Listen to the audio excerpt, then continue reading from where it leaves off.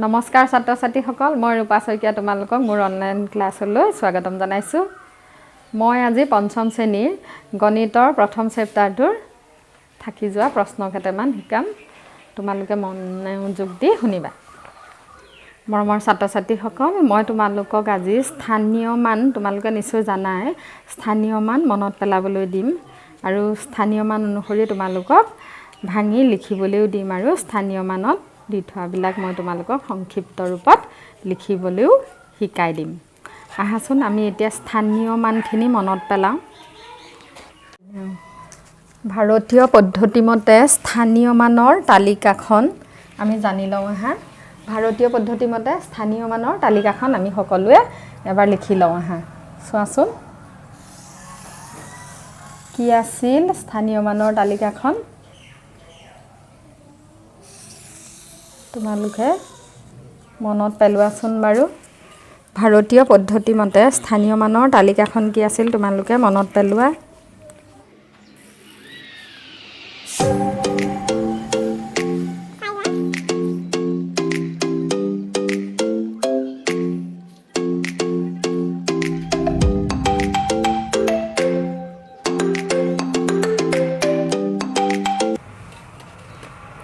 কি আছিল আমাৰ একক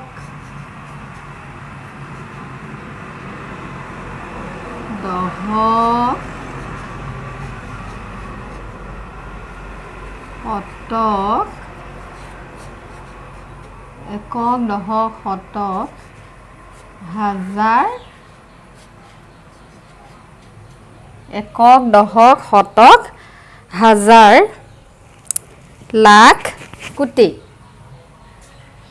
একক দশক শতক হাজাৰ লাখ কোটি আৰু আমি এনে গাব পাৰোঁ একক দশক শতক হাজাৰ অযুত লাখ নিযুত কোটি একক দশক শতক হাজাৰ আমি এনেকৈ এইটো লিখিব পাৰোঁ অযুত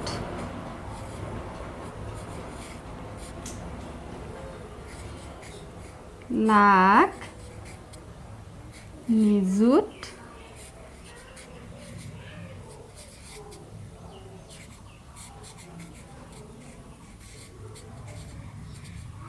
কোটি মনত পৰিছেনে বাৰু তোমালোকৰ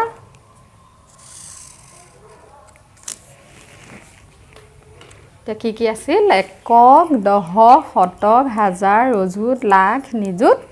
কোটি এতিয়া আমি তেনেদৰে এতিয়া কিবা সংখ্যা এটা আমি বিস্তৃত ৰূপত লিখিবলৈ হ'লেও এনেদৰে এইটো ঘৰত লিখি যাম আৰু ভাঙিবলৈ দিলেও আমি ভাঙি যাব পাৰিম এতিয়া চাবা তোমালোকৰ প্ৰশ্ন দি থোৱা কেইটামান প্ৰশ্ন মই সমাধান কৰি দেখাই দিম চাই যাবা মৰমৰ ছাত্ৰ ছাত্ৰীসকল এতিয়া তোমালোকে এই স্থানীয় মানৰ তালিকাখন নিশ্চয় মনত পৰিলে এতিয়া সেই অনুসৰি তোমালোকৰ এই প্ৰশ্নটোত দিয়া প্ৰশ্নখিনি ওপৰত দেখুৱাৰ দৰে সংখ্যাবোৰ স্থানীয় মানত ভাঙি লিখা আৰু মণিশালাত ভৰাব লাগে এতিয়া আমি সেইমতে এই সংখ্যাখিনি স্থানীয় মানত ভাঙি মণিশালাত ভৰাব লাগে এতিয়া প্ৰথমতে কি দিয়া আছে তোমালোকক 205 চোৱাচোন কি দিয়া আছে আমাৰ 205 এতিয়া আমি কেইটামান সংখ্যা তোমালোকক দিম স্থানীয় মানত ভাঙি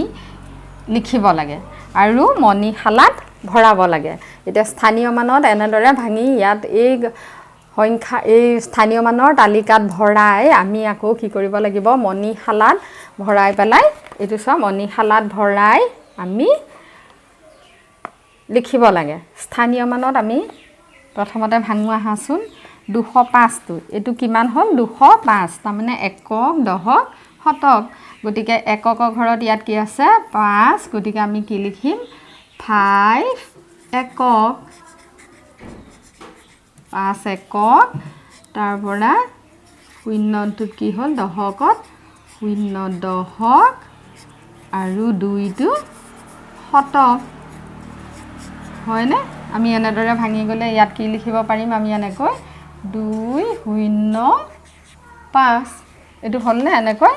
এতিয়া 205টো 2 শতক 0 দশক 5 একক আকৌ তোমালোকক এখিনি মণিশালাটো ভৰাবলৈ দিছে আমি যদি এনেকৈ মণিশালাত ভৰাও মণিশালা আঁকি এনেকৈ মণিশালা আঁকি যদি আমি মণিশালাত ভৰাও ইয়াত কেইটা আছে একক দশক শতক গতিকে আমাক তিনিটা লাগিব ইয়াত আমি একক এটো দশক এটো শতক ইয়াত এতিয়া একক ঘৰত কি আছে 5 তাৰ মানে আমি কেইটা মণি ভৰাম ইয়াত 5টা ইয়াত কেইটা মণি ভৰালো আমি 5টা ইয়াত 5টা মণি ভৰালো দশক ঘৰত এটাও নাই এটাও মণি নভৰাও শতক ঘৰত দুটা আছে গতিকে আমি কেইটা মণি ভৰাম ইয়াত দুটা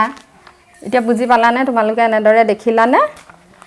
আমি তেনেকৈ 911 দিয়া আছে আমি 911 আমি ইয়াকো এনেদৰে কি হ'ব 9 শতক 1 দশক আৰু 1 একক আমি এনেদৰে লিখিব পাৰো আৰু মণিশালাটো আকৌ আমি তেনেদৰে এখিনিও আমি এনেদৰে ভৰাব পাৰিম ইয়াৰ মণিশালাটো আমি ইয়াত একক ঘৰত এটা আছে আমি এটা মণিশালাত ভৰাম দশক ঘৰত কি আছে 1 আছে আমি এটা মণি ভৰালো শতক ঘৰত 9টা আছে গতিকে আমি ইয়াত 9টা মণি ভৰালো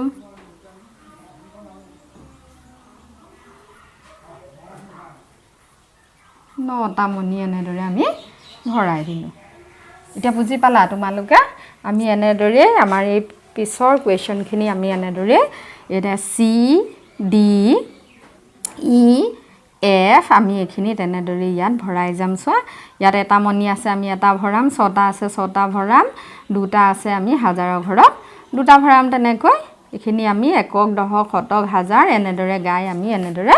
ভৰাই যাম তোমালোকে এখিনি ঘৰত কৰি বাহত নিজে নিজে আৰু মোক দেখাবা এবাৰ চোৱা মণিশালাত ভৰাই থোৱা আছে সেইখিনিকে আকৌ আমি কি কৰিব লাগে মণিশালাৰ পৰা চাই আমি এনেদৰে লিখিব লাগে এইকেইটা চোৱা ইয়াত মণিশালাত ভৰাই থোৱা আছে ইয়াত মণিশালাত ভৰাই থোৱা আছে কেইটা মণি ভৰাই থোৱা আছে ইয়াত চোৱাচোন এইটো মণিশালাত ভৰাই থোৱা হৈছে একক দশক শতক হাজাৰ গতিকে ইয়াত দুটা মণি ভৰাই থোৱা আছে ইয়াত তোমাৰ এটা মণি আছে আৰু ইয়াত আমাৰ 4টা দিয়া আছে 4টা মণি দিয়া আছে গতিকে আমি এখিনি যদি এনেদৰে একক দশক শতক এনেদৰে স্থানীয় মান অনুসাৰে লিখো তেন্তে হলে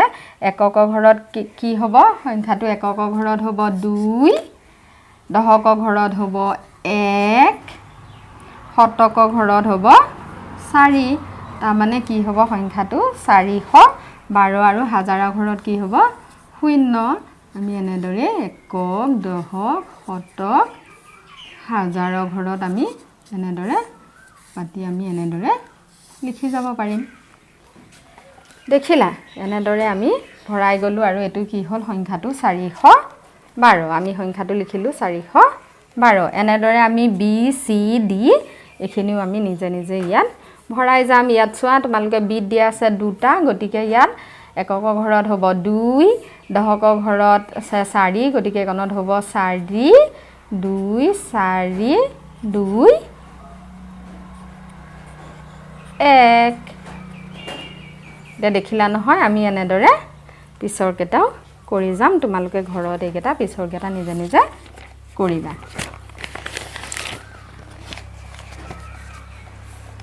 এবাৰ চোৱা সংক্ষিপ্ত ৰূপত লিখিবলৈ দি থোৱা আছে কেটামান এটো কোৱেশ্চনত দিয়া আছে সংক্ষিপ্ত ৰূপত লিখিবলৈ আমাক কেটামান কোৱেশ্চন দিয়া আছে এটো কি হ'ব 800 লিখছানে 800 যোগ 80 যোগ 9 এটা সংক্ষিপ্ত ৰূপত তোমালোকক কি লিখিবলৈ দিয়া আছে 800 দেখিছানে যোগ 80 যোগ 9 আমি এতিয়া এইটো সংক্ষিপ্ত ৰূপত লিখিলে চোৱাচোন ইয়াত আটাইতকৈ ডাঙৰ কিমান আছে একক দশক শতক ইয়াত একক দশক আৰু ইয়াত আছে একক গতিকে আমি এফালৰ পৰা লিখি আহিলোঁ 9 তাৰপিছতে এইটো একক দশক গতিকে দশকৰ ঘৰত একক দশকৰ ঘৰত ইয়াত কি হ'ব 8 আৰু ইয়াত একক দশক শতক গতিকে আকৌ কি হ'ল 8 তাৰমানে একক দশক শতক মানে 800 কিমান হ'ল 89 আমি সংক্ষিপ্ত ৰূপত এইটো সংখ্যাটো কি হ'ল এইটো দেখিলা নহয় তোমালোকে 889 তেনেদৰে আমি পিছৰ কুৱেশ্যন কেইটাও আমি লিখিব পাৰিম এইকেইটা তোমালোকৰ কি আছে 2222 হ'ব এইটো 2222 আমি এনেদৰে পাতি আহিম সোঁফালৰ পৰা 2 তাৰ পৰা আহিলে 2 আকৌ 2 আৰু এফালে 3টা শূন্য আছিলে 3টা শূন্য 3টা ফিল আপ হৈ গ'ল এবাৰ হ'ব 2000 তাৰমানে 2222 হৈ গ'ল আমি এনেদৰে এই পিছৰ অংককেইটাও তোমালোকে নিজে নিজে কৰিবলৈ চেষ্টা কৰিবা পিছত দিয়া অংকখিনি এই সংখ্যাখিনি তোমালোকে এনেদৰে লিখি যাবা ইয়া সংখ্যাত লিখো আহা দি থৈছে তোমালোকে নিশ্চয় পাৰিবা 9805 15709 আমি এটা 9805 সংখ্যাত লিখিবলৈ দি থৈছে আমাক কিমান সংখ্যাত লিখা কি দিছে 9805 চোৱাচোন আমি সংখ্যাত যদি লিখিবলৈ দি থয় 9000 তেতিয়া কেনেদৰে লিখিম চাই লোৱাচোন তোমালোকে 9800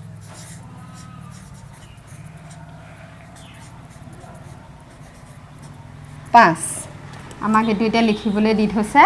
কিহলৈকে দি থৈছে আমি প্ৰথমে লিখিবলৈ লওঁতে আমি চাম ইয়াত কি কি স্থানীয় মানৰ গৃহলৈকে দিয়া আছে একক দশক শতক হাজাৰ মানে হাজাৰলৈকে দিয়া আছে গতিকে আমি কি কৰিম ইয়াত ফুট পেলাই যাম চোৱা সৰু সৰুকে ওপৰত আমি প্ৰথমতে এটা ফুট দিলুম এইটো একক এইটো দশক শতক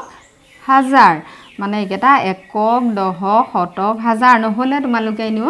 এনেদৰেও লিখি ল'ব পাৰিবা একক দশক শতকৰ হাজাৰ এনেদৰেও প্ৰথম আখৰটো লিখি ল'লা হাজাৰলৈকে আছে গতিকে ইয়াত কি দিয়া আছে এককত কি হ'ব 5 গতিকে আমি এককৰ ঘৰত কি বহাই দিলোঁ ইয়াত 5 আৰু শতকৰ ঘৰত কি আছে 800 গতিকে শতকৰ ঘৰত কি হ'ল 8 হাজাৰৰ ঘৰত কি আছে 9 গতিকে ইয়াত হ'ল 9 এতিয়া আমি চাওঁচোন দশকৰ ঘৰত একো নাই হয়নে দশকত একো দিয়া নাছিলে গতিকে আমি দশকৰ একো নিদিয়া ঠাইত আমি কি বহাই দিম শূন্য বুজি পাইছানে এতিয়া ইয়াত কি হ'ল শূন্য এতিয়া চোৱা এইটো কি হ'ল 9805 আকৌ আমি যেতিয়া এনেদৰে স্থানীয় মানত একক দশক শতক হাজাৰ অযুত লাখ নিযুত কোটি এনেকৈ সংখ্যাখিনি লিখি যাওঁ তোমালোকে হাজাৰৰ ঘৰত এটা কমা দিবলগীয়া হয় শতকৰ ঘৰলৈকে এইকেইটা ঠিকে এনেদৰে লিখি যেতিয়া হাজাৰ পাম আমি হাজাৰৰ ঘৰত এটা সদায় কমা দিবলগীয়া হয় আকৌ হাজাৰ লিখি অযুতৰ পিছত হাজাৰ আৰু অযুত একেলগে থাকি তাৰ পিছৰ ঘৰত আকৌ আমি লাখত এটা কমা ইউজ কৰিবলগীয়া হয় কমা দিবলগীয়া হয় আকৌ নিযুত থাকি আমি কোটি ঘৰতো আকৌ কমা দিবলগীয়া হয়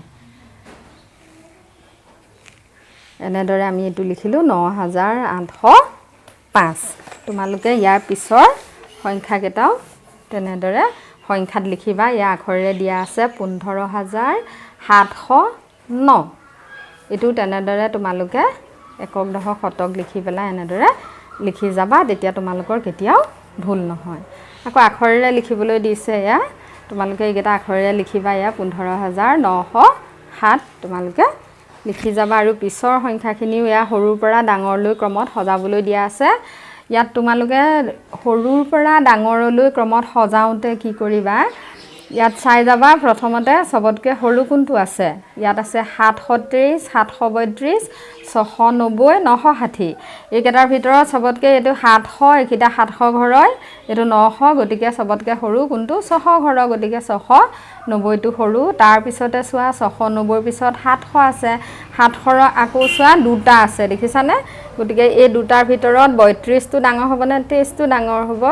আমি চাম এতিয়া সৰু কোনটো 32 সৰু নে 23 সৰু গতিকে 23 সৰু আমি এবাৰ দিলোঁ ইয়াত 723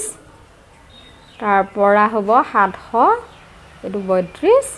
তাৰপৰা হ'ব 960 গতিকে এনেদৰে তোমালোকে পিছৰ কেইটাও কৰি গৈ থাকিবা আৰু ইয়াত এনেদৰে এইখিনি দিয়া আছে ডাঙৰৰ পৰা সৰুলৈ সজোৱা এইখিনিও তোমালোকে প্ৰথমতে ডাঙৰটো লিখিবা চাই পিছত সৰুলৈ লিখিবা নিশ্চয় পাৰিবা তোমালোকে আৰু আজি মই মোৰ ভিডিঅ'টো ইমানতে সামৰিছোঁ এই পিছৰ অংককেইটা তোমালোকৰ এয়া মোৰ নেক্সট ভিডিঅ'টো তোমালোকক দেখুৱাই দিম